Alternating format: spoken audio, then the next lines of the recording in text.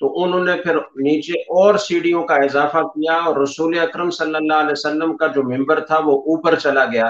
تو اس طرح تقریباً 9 سیڑھیاں ہو گئی۔ بعد میں پھر تقریباً 654 ہجری میں مسجد نبوی میں آگ لگنے کا ایک واقعہ پیش آیا اور اس میں پھر یہ ممبر جل گیا۔ تو اس کے بعد پھر مختلف سلاطین ممبر بناتے رہے اور آخری ممبر سلطان مراد ترکی کا وہ بنایا ہوا ہے، جو بہت ہی خوبصورت ہے اور اس میں بڑا عمدہ کام ہوا ہے۔ تو 3 سیڑھیوں پر مشتمل ممبر بنانا یہ مسنون ہے، اور لکڑی کا بنانا یہ زیادہ بہتر ہے۔ یہ اس کی مختصر سی تفصیل۔ جزاک اللہ مفتی صاحب، بہت تفصیلی آپ نے جواب دیا، جس کا خلاصہ یہی ہے کہ بہتر ہے لکڑی کا بنایا جائے اور 3 سیڑھیوں پر مشتمل ہو۔ لاہور سے سہیل صاحب یہ دوسرا سوال کرتے ہیں، یہ فرماتے ہیں کہ ایک شخص جو کروڑوں روپے کی جائیداد اور مال تجارت کا مالک ہے، لیکن کرونا وائرس کے بعد 20 لاکھ روپے کا مقروض ہو گیا ہے، تو اس پر قربانی واجب تھی یا نہیں؟ اگر واجب تھی تو اب وہ کیا کرے؟ دیکھیں، یہ سوال تھوڑا سا مجمل ہے۔ یہ انہوں نے فرمایا کہ کروڑوں روپے کی جائیداد تھی، کاروبار تھا، کرونا کی وجہ سے 20 لاکھ کے مقروض ہو گئے، تو کیا وہ کاروبار کے لیے جو ان کے پاس سامان تھا وہ موجود ہے؟ چونکہ لاک ڈاؤن کی وجہ سے کاروبار نہیں ہوا تو ان کو الگ سے قرض لینا پڑا اپنے اخراجات کے لیے، یہ وہ قرض ہے؟ یا یہ کہ جتنی جائیداد تھی وہ ساری خرچ ہو چکی اور کاروبار میں نقصان ہو چکا، کاروبار ٹھپ ہو گیا اور یہ اوپر سے 20 لاکھ کے مقروض ہو گئے؟ اگر دوسری صورت ہے تو پھر تو ان پر قربانی لازم نہیں تھی، اور اگر پہلی صورت ہے کہ سامان تجارت موجود ہے، لاک ڈاؤن کی وجہ سے کاروبار نہیں ہو رہا اور کروڑوں روپے کی یا لاکھوں روپے کی جائیداد موجود ہے جو ضرور حاجت اصلیہ سے زائد ہے، تو پھر ان پر قربانی لازم تھی، ان کو کرنا چاہیے تھی۔ اگر نہیں کی تو اب ایک متوسط بکری کی قیمت صدقہ کرنا لازم ہے۔ مفتی صاحب، تیسرا سوال جو ہے کراچی سے مدیحہ سلطانہ، وہ پوچھتی ہیں کہ دین کی طالبہ ہونے کی حیثیت سے ایک سوال پوچھنا تھا۔ اس سال حجاج کرام نے ماسک لگایا ہوا ہے اور پورے حج میں لگائے رکھا، کیا اس صورت میں ان پر دم واجب ہوگا یا دین میں اس کی کوئی رخصت ہے؟ اس بارے میں آپ کیا فرماتے دیکھیں، یہ سوال میں نے موقوف کرنے کا کہا تھا، تو اس کو آپ طالبہ کو تو کوئی فوری ضرورت بھی نہیں ہے، اور حجاج سے متعلق ہے تو اس کا جواب آئندہ نشست میں اگر لینا چاہیں تو لے لیجئے گا اور سوال کیجیے۔ ٹھیک ہے مفتی صاحب، کوئی مسئلہ نہیں، میں دیکھ نہیں سکا۔ اچھا، محمد عثمان کراچی سے وہ پوچھتے ہیں کہ مسجد کی جماعت سے پہلے گھر میں اپنی انفرادی نماز پڑھنے کے بارے میں کیا حکم ہے؟ دیکھیں، مرد کے بارے میں اگر سوال ہے تو اسے تو مسجد کی جماعت چھوڑنا کسی طرح بھی درست نہیں ہے، اسے تو مسجد میں با جماعت نماز ادا کرنا چاہیے، اور اگر کوئی معذور ہے اور وہ مسجد کی جماعت میں شرکت نہیں کر سکتا تو وہ اگر پوچھ رہا ہے تو اس کے لیے جواب یہ ہے کہ جب نماز کا وقت ہو جائے تو نماز انفرادی طور پر گھر میں پڑھی جا سکتی ہے، جماعت سے پہلے بھی پڑھی جا سکتی ہے، بعد میں بھی پڑھی جا سکتی ہے۔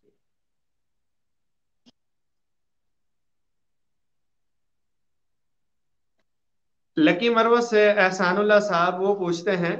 کہ جناب، اگر تالاب میں چھپکلی مری ہوئی ہو، اس کو نکال کر بقایا پانی کا کیا حکم ہے؟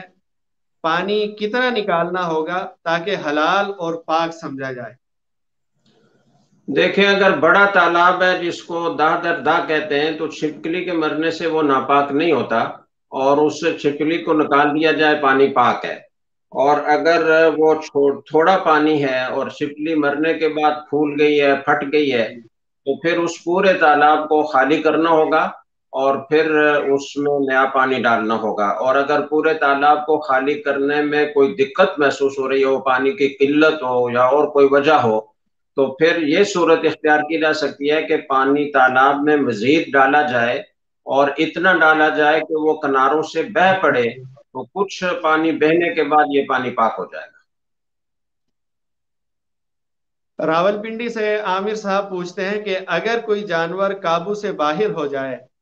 تو اسے گولی مار کر یا کسی اور طرح زخمی کر کے اس کی قربانی کی جا سکتی ہے یا نہیں؟ اس کے بارے میں رہنمائی فرمائیں۔ اگر کوئی جانور بے قابو ہو جائے اور اسے جس طرح شرعی طور پر ذبح اختیاری ہے کہ چھری اس کے گلے پر چلا کر اس کی رگیں کاٹی جائیں، یہ ممکن نہ رہے،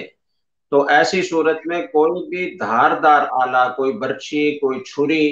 اس طرح کی کوئی چیز مار کر اس جانور کو اگر زخمی کر دیا جائے اور زخمی ہونے کے بعد وہ گر جائے یا قابو آ جائے تو پھر اس کو شرعی طور پر ذبح کرنا بھی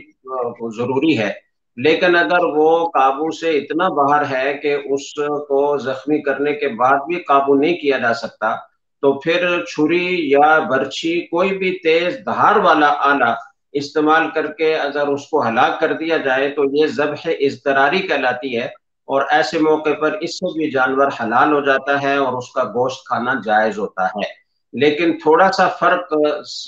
ہے بڑے جانور اور چھوٹے جانور میں۔ یہ مسئلہ جو میں نے بیان کیا یہ گائے، بیل، بڑے جانور کا ہے۔ بکری اگر بے قابو ہو جائے تو اس کو قابو کرنا چونکہ بہت آسان ہے، اس لیے اس کے بارے میں یہ حکم نہیں ہے، تو دونوں میں فرق ہے۔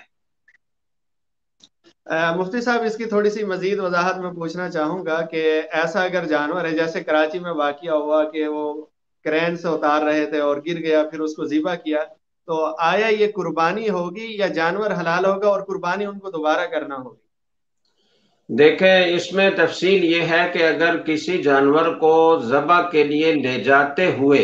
یا ذبح کے لیے گراتے ہوئے کوئی عیب پیدا ہو گیا، اس کی ٹانگ ٹوٹ گئی، وہ چلنے کے قابل نہیں رہا، یا ہاتھ سے چھری ذبح کرنے سے پہلے گری اور اس کی آنکھ پھوٹ گئی،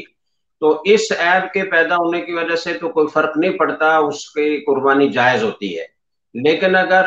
ذبح کے لیے نہیں لے جا رہے تھے، ویسے کسی جگہ باندھنے کے لیے لے جا رہے تھے، کہیں پھیرنے کے لیے، گھمانے کے لیے لے جا رہے تھے، اور اس میں عیب پیدا ہو گیا تو پھر اس جانور کی قربانی جائز نہیں ہوگی۔ بظاہر یہ ہے کہ یہ جانور کو دوسری منزل سے نیچے اتار رہے تھے ذبح کرنے کے لیے ہی، قربانی کرنے کے لیے ہی، اور اس میں وہ گر گیا، اور اگر کوئی اس میں عیب پیدا ہو گیا پھر انہوں نے ذبح بھی کر لیا، تو یہ ایسے ہی سمجھا جائے گا کہ گویا ذبح کرنے کے لیے لے جاتے ہوئے عیب پیدا ہوا یا ذبح کے لیے گراتے ہوئے عیب پیدا ہوا، اس لیے اس کی قربانی جائز تھی اور ہو گئی۔ جزاک اللہ۔ مفتی صاحب، محمد نواز صاحب پوچھتے ہیں کہ جانور کے سامنے بازو کی وہ ہڈی جس کو کوتر کہتے ہیں، جو پسلی کے قریب ہوتا ہے، اس کی شرعی حیثیت کیا ہے؟ میں نے بھی جو قصاب حضرات ہیں ان سے معلوم کیا کہ آپ یہ ہڈی کیوں نکالتے ہیں؟ بعض کہتے ہیں کہ مکروہ ہے، بعض کہتے ہیں اس سے جادو کیا جاتا ہے، تو اس کے متعلق آپ کیا فرمائیں؟ شرعاً ایسی کوئی چیز نہیں ہے، جانور کے جو اجزاء حرام ہیں یا مکروہ تحریمی ہیں وہ متعین کر دیے گئے ہیں، اور ان کا تذکرہ احادیث میں اور فقہا کی کتب میں واضح طور پر آ چکا ہے۔ اس ہڈی کا ذکر کہیں مکروہ اجزاء میں یا حرام اجزاء میں موجود نہیں ہے، تو اس لیے شرعاً اس کی کوئی حیثیت نہیں ہے، وہ باقی ہڈیوں کی طرح کی ایک ہڈی ہے، وہ حرام نہیں ہے۔ کرک سے محمد ساجد صاحب پوچھتے ہیں کہ اگر قربانی کے جانور میں اس میں کوئی مہنگا پتھر نکل آئے تو اس کے متعلق شرعی حکم کیا ہے؟ دیکھیں، وہ اللہ کی طرف سے آپ کے لیے عطیہ ہے، اس کو آپ استعمال میں لا سکتے ہیں، لیکن یہ ایک تھوڑا سا خیال ہوتا ہے، اور اس پر میں چاہوں گا کہ دوسرے اہل افتاء بھی تھوڑی سی اپنی رائے ارشاد فرما دیں کہ کہیں یہ لقطے کے حکم میں نہ ہو، اس لیے کہ جانور نے ظاہر ہے کہیں گری پڑی، وہ اپنے چارے میں اس کے آئی ہوگی یہ چیز، اور یہ اس کے میدے میں چلی گئی اور قربانی کرتے ہوئے وہ نکل آئی، تو کہیں اس کا حکم لقطے جیسا نہ ہو۔ اگر یہ رائے لی جائے تو پھر اس کی تشہیر کرنا ضروری ہوگا کہ کسی کا کوئی اس طرح کا ہیرا یا کوئی قیمتی پتھر اگر گم ہو گیا ہے تو وہ اپنی علامات بتا کر لے جا سکتا ہے، پھر اس کو دینا لازم ہوگا، اور اگر کوئی نہیں آتا تو پھر اس کا صدقہ کرنا بہتر ہوگا۔ لیکن یہ بھی تھوڑا سا قابل غور ہے، میں چاہوں گا کہ تھوڑا سا اس پر دوسرے اہل افتاء کی رائے بھی آ جائے اور میں بھی مزید تھوڑا سا غور کر لوں، تو آئندہ نشست میں اس کو آپ دوبارہ پوچھ لیجئے گا۔ صاحب، اسلام آباد سے ایک صاحب پوچھتے ہیں کہ عورتوں کے لیے بالوں پر کلر لگانا کیسا ہے؟ دیکھیں، اگر بلیک کلر نہ لگایا جائے تو کسی دوسرے کلر سے بالوں کو رنگنا جائز ہے، مرد کے لیے بھی عورت کے لیے بھی۔ اور بڑھاپے کو چھپانے کے لیے بلیک کلر لگانا یہ نہ مرد کے لیے جائز ہے نہ عورت کے لیے جائز ہے۔ البتہ بعض اہل علم کی رائے یہ ہے کہ بعض لوگوں کے بال بڑھاپے کی عمر شروع ہونے سے پہلے ہی سفید ہو جاتے ہیں، تو وہ کوئی بڑھاپا نہیں ہوتا بلکہ ایک طرح سے عیب ہوتا ہے، اور عیب کا ازالہ کرنا جائز ہے۔ تو لہٰذا بڑھاپے کی عمر شروع ہونے سے پہلے اگر بال سفید ہو جائیں تو ان پر بلیک کلر بھی لگایا جا سکتا ہے، لیکن یہ احتیاط ضروری ہے کہ بڑھاپے کی عمر شروع ہونے کے سے پہلے پہلے اس سلسلے کو ختم کیا جائے اور پھر اس بلیک کلر کو کسی دوسرے کلر میں تبدیل کیا جائے، وہ استعمال نہ کیا جائے، دوسرا کوئی کلر استعمال کیا جائے۔ اور ہمارے حضرت والا حضرت مفتی رشید احمد صاحب رحمہ اللہ تعالیٰ فرماتے تھے کہ 40 سال کی عمر ایسی ہے کہ اس کے بعد بڑھاپا شروع ہو جاتا ہے، تو 40 سال سے پہلے پہلے بلیک کلر کی گنجائش ہے، 40 سال کے بعد پھر بلیک کلر کی گنجائش نہیں۔ سندھ سے بنت ہوا صاحبہ پوچھتی ہیں کہ مفتی صاحب عورتوں کا اپر لپس کروانا کیسا ہے، اور کیا یہ بال نہ اگر یہ بال نہ اتارے جائیں تو مرد حضرات سے مشابہت ہوتی ہے؟ اس مسئلے کے بارے میں وضاحت سے تفصیل سے جو ہے وضاحت فرمائیں۔ دیکھیں، اپر لپس کا حکم یہ ہے کہ اگر تو وہ معمولی رواں ہے تو اس سے تو مردوں کے ساتھ کوئی مشابہت لازم نہیں آتی، عورت کو اختیار ہے کہ وہ ان کو اتارے نہ اتارے۔ لیکن اگر وہ بال زیادہ ہیں اور بالکل مرد کی طرح مونچھیں معلوم ہو رہی ہیں تو پھر ان کا اتارنا عورت کے لیے یہ بہتر ہے، اور اس کے لیے آج کل بہت سارے طریقے ایسے آ گئے ہیں کہ وہ بہت آسانی سے اور خوبصورتی سے ان بالوں کو ختم کیا جا سکتا ہے۔ مردوں کی مشابہت پیدا ہونے لگے تو اس مشابہت کو ختم کرنا یہ بہتر اور مستحب ہے۔ کراچی سے ام محمد صاحبہ پوچھتی ہیں کہ اگر کوئی عورت قربانی کی نیت کرے اور ذوالحجہ کے چاند دیکھنے کے بعد ناخن اس نے نہیں کاٹے اور عید سے پہلے وہ حائضہ بھی ہو جائے، اب وہ پاکی کے غسل کے بعد ناخن کاٹے یا قربانی کے بعد حالت حیض میں اپنے ناخن کاٹے؟ دیکھیں، جب ذی الحجہ کا چاند نظر آ جاتا ہے تو جس کی قربانی کرنے کا جس کا ارادہ ہو اس کے لیے مستحب یہ ہے کہ وہ بال اور ناخن نہ کاٹے، تو اس مستحب پر انہوں نے عمل شروع کیا۔ اب قربانی کرنے کے بعد ناخن کاٹنا کوئی واجب نہیں ہو گیا۔ اگر انہوں نے ذی الحجہ کا چاند نظر آنے سے پہلے ناخن کاٹ لیے تھے تو اب 10 دن گزرے ہیں تو 10 دن کے بعد ناخن کاٹنا کوئی لازم نہیں ہو گیا، یا قربانی کرنے کی وجہ سے کوئی وہ ناخن کاٹنا مستحب بھی نہیں ہوا۔ ناخن نہ کاٹنا قربانی تک یہ تو مستحب ہے، لیکن قربانی کر کے فوراً ناخن کاٹنا یہ مستحب نہیں ہے۔ اگر زیادہ وقت نہیں گزرا تو کوئی حرج نہیں ہے، وہ ناخن نہ کاٹیں۔ حالت حیض میں ناخن کاٹنا یہ مکروہ اور ناپسندیدہ ہے، تو اس لیے وہ پاکی کے غسل کا انتظار کریں پھر ناخن کاٹیں۔ کے بی کے سے جلال صاحب یہ لائیو سوال کرتے ہیں، وہ پوچھتے ہیں کہ میں بی ایس کا طالب علم ہوں اور کرونا کی وجہ سے اگر گھر میں پرچہ بھیج دیا جائے تو سب طلبہ جو ہے وہ نقل کر کے پرچہ حل کریں گے، تو میرے لیے نقل کر کے پرچہ حل کرنا کیسا ہے؟ دیکھیں، کسی دوسرے کے کوئی غلط کام کرنے سے یا گناہ کرنے سے کسی کے لیے جواز نہیں پیدا ہوتا، اس لیے آپ کو نقل نہیں کرنی چاہیے اور آپ کو دیانتداری سے پرچہ حل کرنا چاہیے۔ مانسہرہ سے آصف محمود صاحب وہ پوچھتے ہیں کہ اگر کوئی شخص اپنی بیوی سے کہتا ہے اگر تم نے فلاں سے بات کی تو تمہیں طلاق ہے، اب اگر وہ اپنی بیوی کو اس شخص کے بات کرنے کی اجازت دینا چاہتا ہے، اجازت کے بعد اگر وہ بات کرتی ہے تو کیا اس پر طلاق واقع ہو جائے گی یا نہیں؟ جی، طلاق پھر بھی واقع ہو جائے گی، اس لیے کہ جو ان کی تعلیق تھی اس میں اجازت کا کوئی ذکر نہیں تھا، وہ مطلق تھی کہ تم نے فلاں سے بات کی تو تمہیں طلاق، تو لہٰذا فلاں سے بات کرے، وہ چاہے اجازت سے کرے چاہے بغیر اجازت کرے، طلاق واقع ہو جائے گی۔ البتہ چونکہ ایک ہی طلاق ہے تو طلاق رجعی ہے، اور اس کے بعد وہ رجوع کرنے کا اختیار رکھتے ہیں عدت کے دوران، تو اگر وہ رجوع کر لیں گے تو ان کو تجدید نکاح کی ضرورت نہیں پیش آئے گی، اور آئندہ کے لیے ان کے پاس 2 طلاقوں کا اختیار رہ جائے گا۔ عاصم نبی صاحب وہ پوچھتے ہیں، ان کے سوال کا خلاصہ یہ ہے کہ جو لوگ فوت ہو چکے ہیں، والدین یا کوئی دوسرے افراد، تو ان کے لیے قربانی کرنا جائز ہے یا نہیں، اور وہ قربانی ایک شخص کی طرف سے ہوگی یا کئی افراد کی طرف سے بھی ہو سکتی ہے؟ دیکھیں، قربانی کرنا تو اموات کے لیے، صالحین کے لیے، اپنے والدین کے لیے، مرحومین کے لیے کرنا جائز ہے، لیکن کوئی آدمی اپنی واجب قربانی کا بھی اگر ایصال ثواب کرنا چاہے تو اس میں بھی کوئی رکاوٹ نہیں ہے، اس کا بھی ثواب پہنچ جاتا ہے۔ تو ایسے اگر کئی افراد ہوں جو اپنی اپنی واجب قربانی کر رہے ہوں اور اس کا مرحومین کو ثواب پہنچا رہے ہوں، ایصال ثواب کر رہے ہوں، تو اس میں کوئی حرج کی بات نہیں ہے۔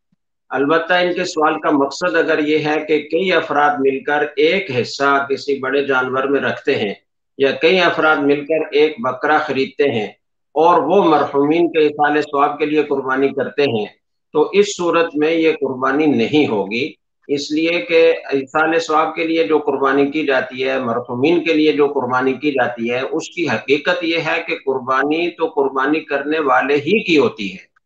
اس کا ثواب مرحوم کو پہنچتا ہے۔ تو اب بڑے جانور میں 1/7 حصے تک آدمی شریک ہو سکتا ہے، اس سے کم حصہ ہوگا تو کسی کی بھی قربانی نہیں ہوگی۔ تو جب کئی افراد مل کر ایک حصہ لیں گے تو وہ پھر ہر ایک کا حصہ 7ویں حصے سے کم ہوگا، تو وہ قربانی نہیں ہوگی، بلکہ ان کی وجہ سے دوسروں کی قربانی بھی ضائع ہو جائے گی۔ یہی مسئلہ بکرے کا بھی ہے کہ اگر کئی افراد مل کر بکرا خریدتے ہیں اور قربانی کرتے ہیں تو وہ قربانی نہیں ہوگی۔ سارے لوگ اگر ثواب میں شرکت چاہتے ہیں تو اس کی ایک صورت تو میں نے بتا دی کہ اپنی اپنی واجب قربانی میں ایصال ثواب کی نیت کر لیں، مرحومین کو ثواب پہنچ جائے گا۔ دوسری صورت یہ ہے کہ وہ پیسے اکٹھے کر کے کسی ایک کو ہدیہ کر دیں، اور وہ پھر کسی بڑے جانور میں ایک حصہ خرید کر ایصال ثواب کی نیت کر لے، یا بکرا خرید کر اس کی قربانی کر لے مرحومین کے ایصال ثواب کے لیے۔ تو اس طرح ان کی پیسوں کی شرکت ہو جائے گی اور یہ بھی ثواب میں شریک ہو جائیں گے، اور قربانی بھی صحیح ہو جائے گی۔ مفتی صاحب، ریحان راشد صاحب پوچھتے ہیں، اس کا جواب اگرچہ پہلے ہو گیا لیکن شاید انہوں نے وہ جواب نہیں سنا۔ یہ پوچھتے ہیں کہ اگر کسی پر قربانی واجب تھی اور پھر وہ قربانی نہیں کر سکا تو اب اس کے لیے کیا حکم ہے؟ دیکھیں، یہ مسئلہ پہلے بھی بتایا جا چکا ہے۔ قربانی اگر لازم تھی اور قربانی نہیں کی کسی نے، تو بعض لوگ یہ سمجھتے ہیں کہ آئندہ سال ہم ایک کی بجائے 2 قربانیاں کر لیں گے، اس قربانی کی قضا ہو جائے گی۔ تو یہ سمجھ لینا چاہیے کہ اس طرح وہ قربانی ادا نہیں ہوگی، اس کی قضا نہیں ہے۔ اس کا حکم یہ ہے کہ جب وقت گزر جائے اور قربانی نہ کی جا سکے تو ایک متوسط درجے کی بکری کی قیمت کرنا، یہ قیمت صدقہ کرنا، یہ واجب ہوتا ہے۔ تو اب یہ واجب اسی طرح سے ادا ہوگا، اب اس کے لیے جانور ذبح کرنے سے وہ واجب ادا نہیں ہوگا۔ البتہ کوئی آدمی اگر وہ متوسط بکری خرید کر اس کو ذبح کر کے اس کا سارا گوشت صدقہ کر دے تو اس سے بھی واجب ادا ہو جائے گا۔ مفتی صاحب، کمالیہ سے امیر صاحب پوچھتے ہیں کہ یوٹیوب پر چینل بنا کر اس سے کمائی کرنا کیسا ہے؟ دیکھیں، وہ تو اس پر موقوف ہے کہ آپ چینل بنا کر کیا رہے ہیں، اس چینل پر چلا کیا رہے ہیں۔ اگر جائز چیزیں چلا رہے ہیں اور اس سے لوگوں کو فائدہ ہو رہا ہے اور اس سے آپ کو کمائی حاصل ہو رہی ہے تو ٹھیک ہے، اور اگر اس میں غیر شرعی چیزیں چلا رہے ہیں اور اس سے آمدن ہو رہی ہے، غیر شرعی اشتہارات اس پر چلتے ہیں اور اس سے آمدن ہو رہی ہے، تو ناجائز ہے۔ اقبال جاوید صاحب پوچھتے ہیں کہ ہمارے گھر سے مسجد 3 میل دور فاصلے پر ہے، 3 میل دور ہے، تو اب آیا مسجد میں جانا ضروری ہے یا گھر میں نماز پڑھ سکتے ہیں؟ دیکھیں، کوشش تو یہ کریں کہ آپ کے پاس اگر کوئی سواری ہے تو جہاں تک ممکن ہو جتنی نمازوں میں آپ جا سکیں باجماعت نماز ادا کرنے کی کوشش کریں، اس سے مسلسل محرومی، یہ بڑی محرومی ہے۔ لیکن اگر آپ ہر نماز کے لیے نہ جا سکیں اور فاصلہ 3 میل کا آپ بتا رہے ہیں تو یہ ایک شرعی عذر ہے، آپ گھر میں بھی نماز پڑھ سکتے ہیں، اور ایسی صورت میں گھر میں انفرادی نماز پڑھنے کی بجائے گھر کے افراد مل کر باجماعت نماز ادا کریں تو جماعت کا ثواب ان کو مل جائے گا. اور جماعت کے لیے مردوں کا ہونا ضروری نہیں ہے، بلکہ گھر کی خواتین وہ بھی اگر جماعت میں شامل ہو جائیں تو جماعت سے نماز ہو جاتی ہے اور جماعت کا ثواب مل جاتا ہے. راحلہ عباسی صاحبہ محترمہ راحلہ عباسی صاحبہ پوچھتی ہیں کچھ لوگ قربانی کا گوشت کھانے سے صاف انکار کرتے ہیں، ان کے بارے میں کیا حکم ہے؟ اس انکار کی وجہ کیا ہے، کیوں انکار کرتے ہیں، یہ وجہ سامنے آئے تو پھر حکم بتایا جائے.